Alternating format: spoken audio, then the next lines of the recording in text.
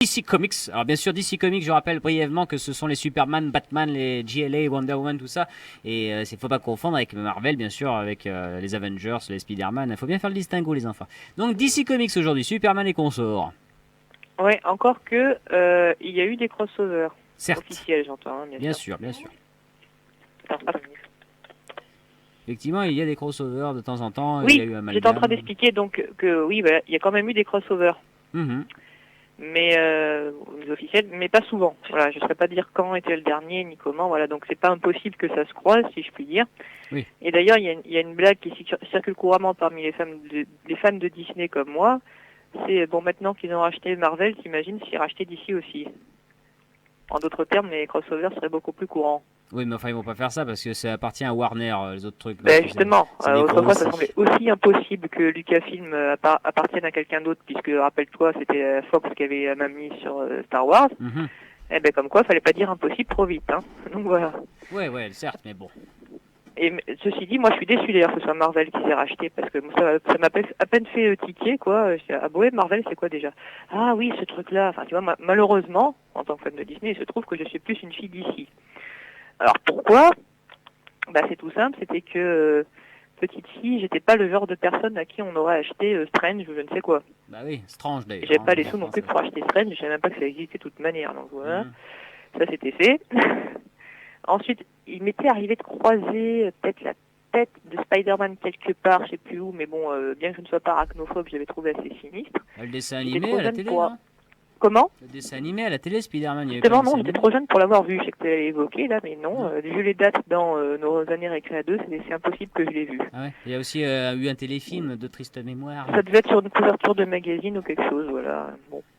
Et Hulk, en revanche, je l'ai vu, ça nous sommes d'accord. Ouais. Il m'a foutu la trouille. Ouais, bah ça, voilà. Comme tout le monde avec les yeux, Bill Bixby, ça te parle, toi, la série de Hulk. Voilà, tu vois. Ouais, je parlais évidemment de la série où il s'appelle David Banner. Exactement. Bon, d'ailleurs, c'est peut-être pour ça que tu t'appelles David, non? C'est pas à cause de David Banner? Quand je m'énerve, il s'appelle David parce qu'il paraît que Bruce, ça faisait gay. Ouais, enfin ça c'est les grandes théories des producteurs, hein, on sait pas où ils... Va dire ça à Bruce Lee, tu vas voir si ça fait gay, Bruce.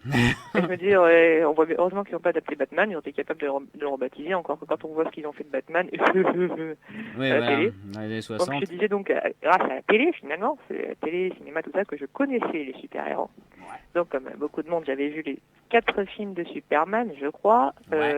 Il y en a eu 4. Dont le 3e m'avait foutu la trouille de ma vie avec le passage de la cybernétisation. Oui, alors que le 3, en fait, c'est plutôt un film comique. Il n'y a vraiment que ça qui soit choquant dans tout le film. T'es tombé sur la scène, toi. Hein.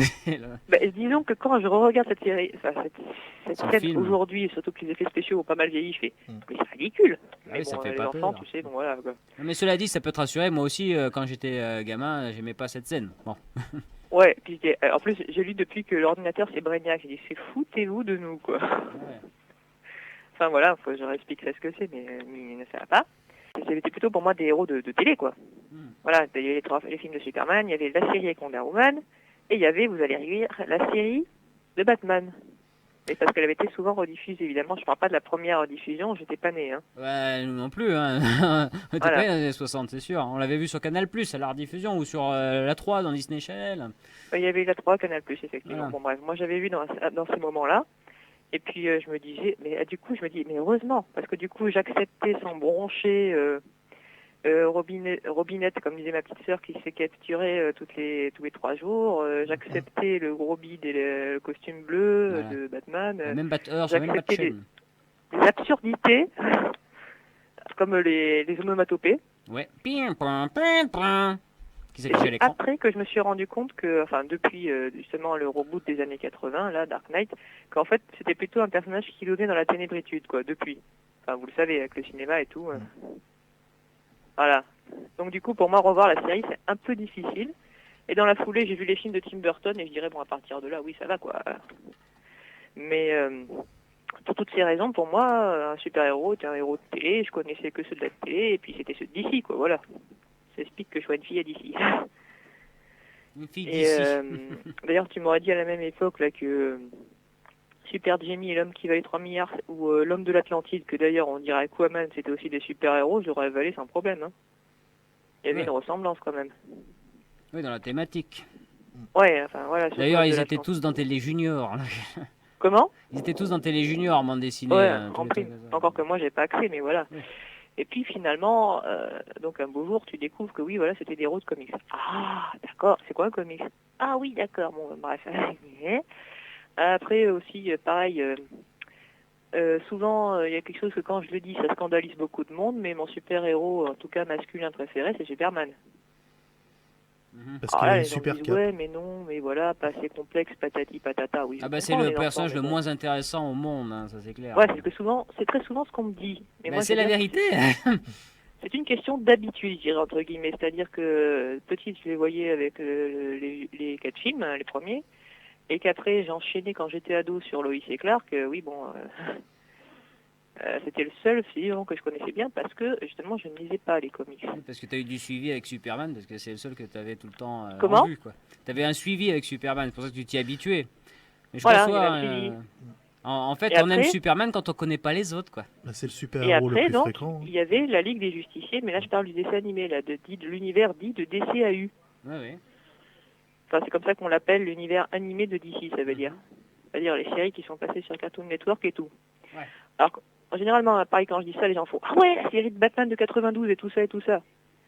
Et moi, je fais « Oui, mais je sais pas pourquoi, je l'ai pas vu. » T'as réussi à À échapper l'époque. parce que c'est passé, hein, putain. Bah, je l'ai pas vu. Y compris à je connais pas. 20h sur la 3, prime Oui, mais là, time. j'en connais pas la raison exacte, je ne l'ai pas vu. Je ne saurais pas dire pourquoi. Par contre, ça doit être une coïncidence, mais la série dite Superman dans Metropolis, je l'ai vue. Voilà. Et aussi, donc, la Ligue des Justiciers, qui était un suivi, on va dire, logique, quoi. C'était tous les trois les mêmes gars qui l'ont fait, même studio, tout ça. Donc, il y avait Ouais, mais un enfin, c'est quand suivi. même la Ligue Justicier qui est le mieux dans le lot, hein, pour moi. Oui, parce que par contre, par chance, j'ai échappé à Super Friends. Enfin, la série des Ah, années mais c'est 70. comme marrant, hein, surtout le doublage français. Oui, je sais, c'est marrant, mais bon, c'est tellement Non, ridicule. ça Je me dis, là, vite Robin, il faut sauver Aquaman de la noyade. facepalm. Enfin voilà, heureusement que j'y ai échappé. Mais sinon, mon super-héros tout court, je dirais préféré, bah, c'est Wonder Woman. Et j'ai vraiment pas de bol, de ce point de vue-là, parce que comme vous le savez, elle a toujours pas de film, encore qu'il y a des rumeurs pour qu'elle elle apparaisse dans quelque chose finalement. Oui, elle serait dans Superman versus Batman. Oui, parce que oui, alors, en plus ils vont faire un crossover sur le grand écran, ça c'était pas arrivé.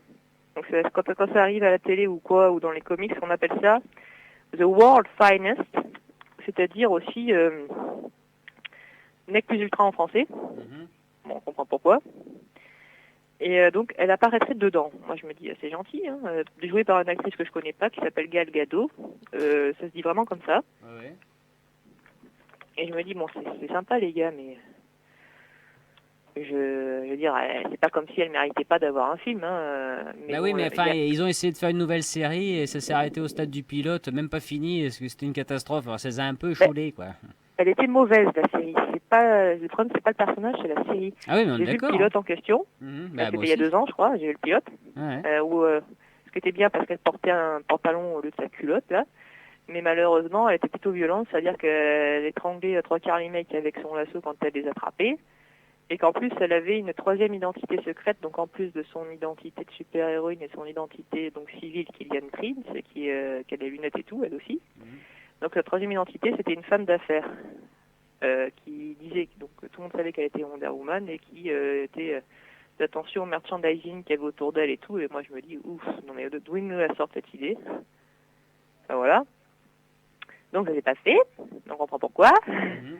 Il y a aussi un film d'animation en 2009 à son propos que j'ai regardé, qui reprend donc le début de l'histoire telle qu'on la connaît. Ouais, tout à fait, il est sympa d'ailleurs celui-là. Comment? Il est sympa celui-là. Pas traduit en français malheureusement. Oui, voilà, sous-titré, Ouais. mais qui fait partie très mal vendu. Moi, je me dis, dis donc, qu'est-ce qu'il leur faut? Alors, son problème, Parce que les gens aiment pas fille. Wonder Woman, qu'est-ce que tu veux que je te dise? Non, mais je veux dire, c'est pas son problème, c'est pas d'être une fille ou quoi que ce soit, c'est des conneries.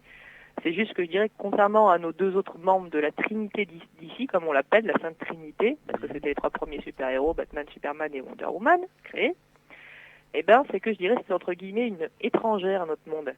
C'est-à-dire que elle a pas été élevée dedans comme Superman, ni née dedans donc comme Batman.